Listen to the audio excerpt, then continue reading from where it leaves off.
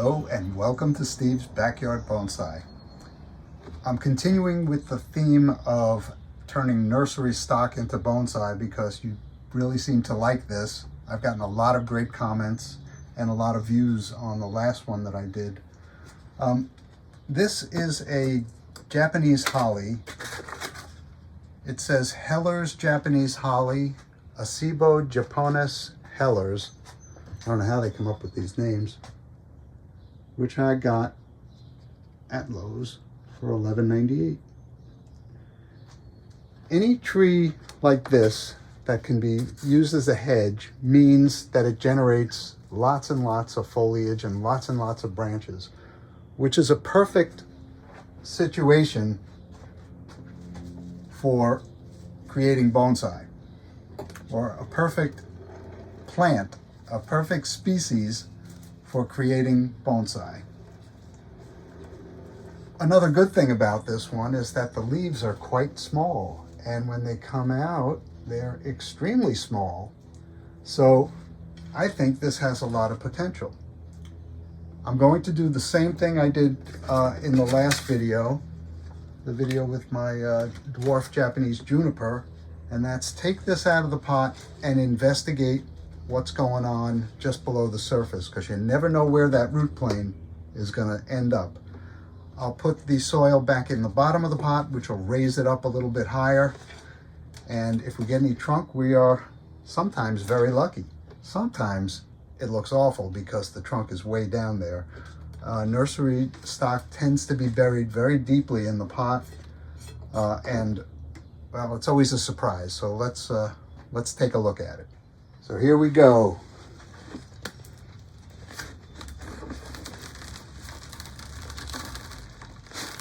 Here it comes.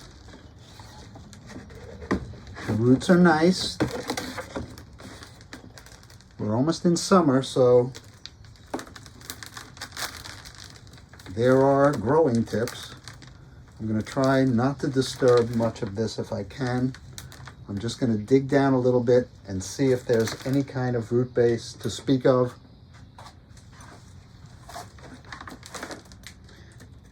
My new favorite tool for doing that is this stainless steel, solid stainless steel needle.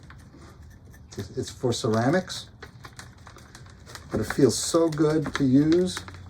And it's so accurate, and I can feel right to the end of it if I'm hitting anything. Okay, this has a very fine root base at the surface, a very fine root structure at the surface. But there are thicker roots down below. And I am clearly already down 3/4 of an inch more of trunk. Now, I don't like to peel this away, without care, which I've seen some practitioners do. They just dig in there and peel down, and maybe it's because, they're a commercial operation. Well, this is getting quite flared at the bottom, and they just don't have time to spend. But I'm retired. I've got time to spend, and I'll edit these videos down. I'm not going to make you watch every little bit of this. It's painstaking, but this is what a bonsai practitioner loves to do. And if we didn't love to do it, or maybe if it was a business, I'd hire someone to do it for me. Nah, I still think I would want to do this myself. So, I see that there is a nice root base down here, and this will fit into my plan for most of my trees, which will be formal uprights. This might be leaning a little bit, so we'll call it an informal upright. Actually, the terms for bonsai sometimes, I know they're there for descriptive purposes, but the bottom line is, if you like looking at trees and you want one in a pot, that's bonsai. All right, this is, I'm gonna have to come around so I can see. This is a nice surprise.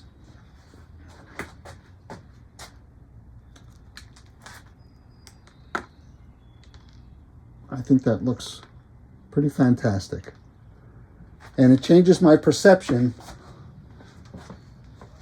and you could call it a prejudice that I may have had when I first looked at this and thought it was just, you know, coming out of the soil right there. As I was looking at it, I'm thinking, okay, maybe there's no trunk. What do I do? Well, then you make these little twisty trees and tiny little shohin or mames. There is some hard root on this side, so I think I've found as far as I want to go. There may be a little bit more when I really do the root work, and that won't be till, I mean, I could wait until next spring, early spring, to repot this, but I think because the interest is so high in what to do with, what you can do with nursery stock, and look for sales, you never know. And maybe that tree that was knocked over and lost a branch will make a perfect bonsai. All right, I'm gonna put this soil in the bottom of the pot, which will raise this up a little bit.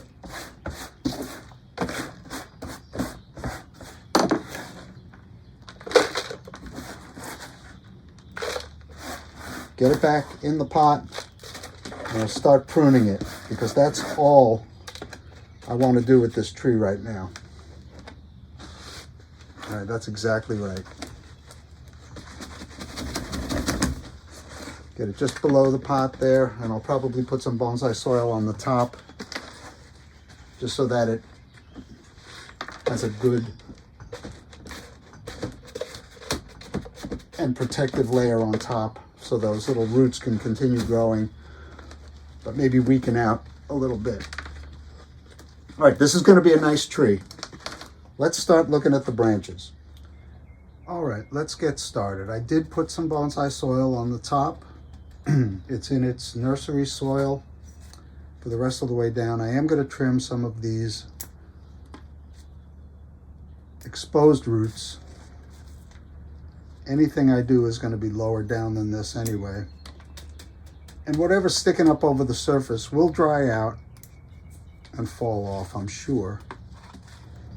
Now, with regard to the foliage, what I'm going to want to do is at each branch intersection, I'm just going to clear out the growth that's there so we can start to see into this tree and make some real decisions about branches. But here's a good place to start. Just clearing out the growth right next to the intersections. And I'll do this throughout the tree, trying not to cut off more than I absolutely have to. And then we'll take a look around the tree after that and see what we've got left. So I'll do that in time lapse. You'll be able to see what's going on.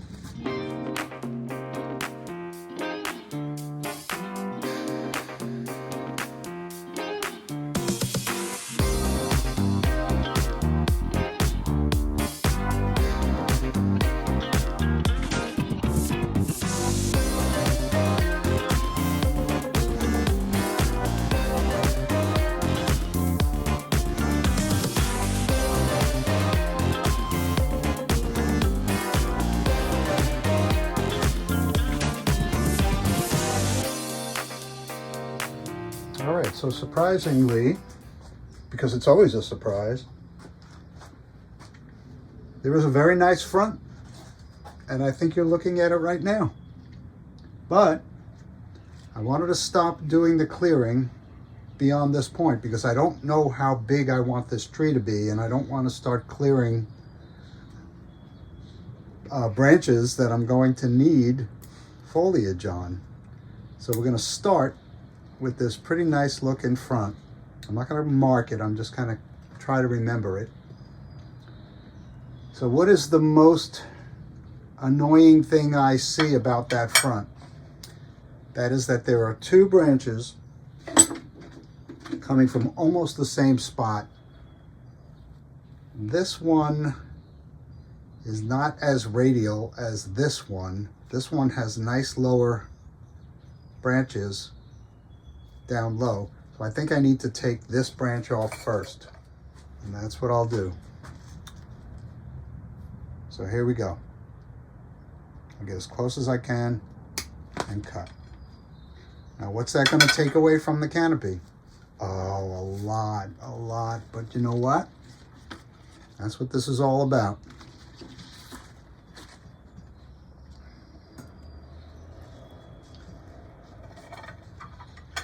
All right, now I got to look at it. So I'm doing this in real time. I'm seeing the inside of this tree. I'm a little disappointed that so much foliage came off. But you know what? You got to do it. This beautiful curve up here, interrupted by this branch right here.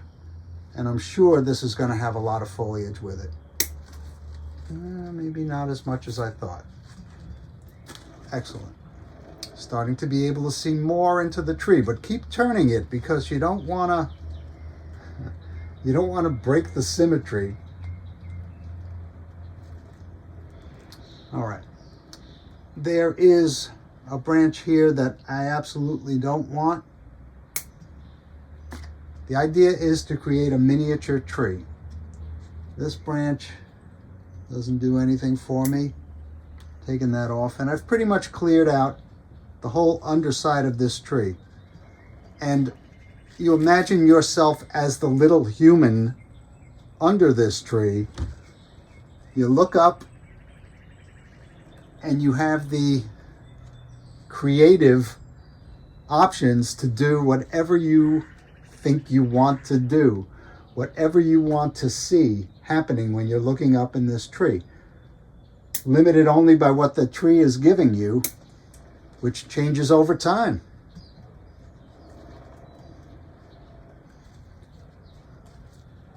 Okay, I kind of like this branch right here. So I'm going to start thinking about a final length for this branch.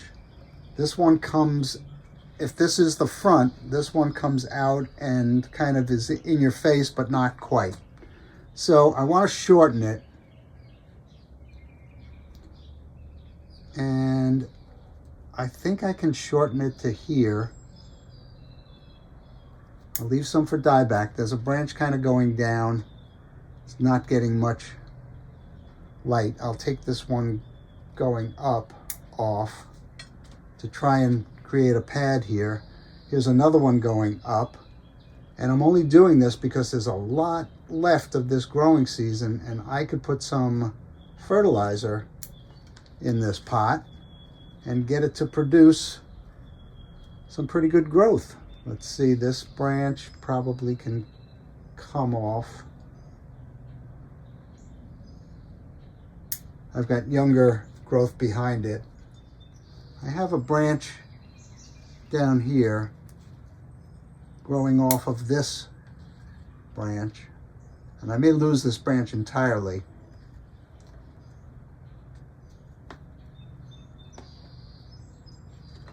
Actually, it's a weird thing. It's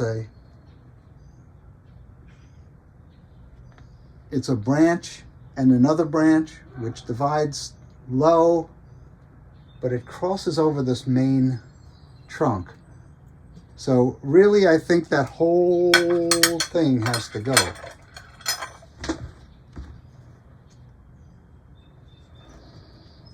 Because this one is just coming out at a weird angle.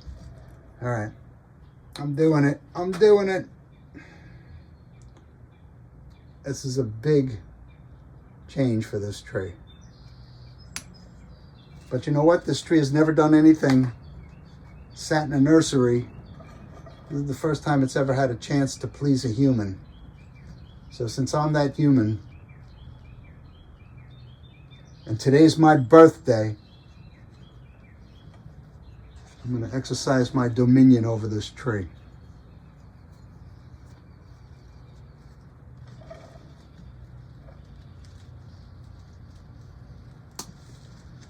Off it came. Am I pleased with the results? I'm not unhappy.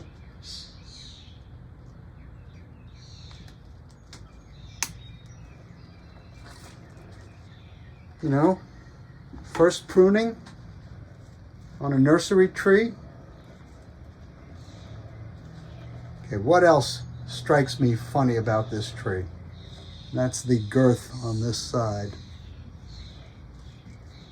and this. So, does that mean an entire branch comes off? I think it does.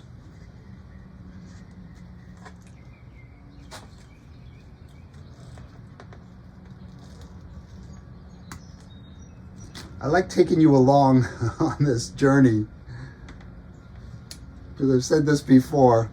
Even before I started doing videos, I found myself talking to myself, which is one of the reasons I decided to keep doing these videos, because why not? I might as well. Okay, this is long. Does it need to be this long? Let me go back to that front. So this is in the back. I like that it's there, but does it need to be that long? I don't think so, and I think I can easily shorten it because it divides. Is that the same branch? Yeah, it divides down lower. And this thick one here should come off. Yeah, am I right? No, I don't want to take it off there. I want to take it off here. Yeah, I can do something with that. But this, which is coming from way down here, is in the way. I'm going to take it off to a little branch that it has down low. Remembering that I'm going to get growth later in the season, I'm going to feed this tree. I need to further separate this from all that's going on here. And unfortunately, this branch goes up into the cluster, doesn't flow at all.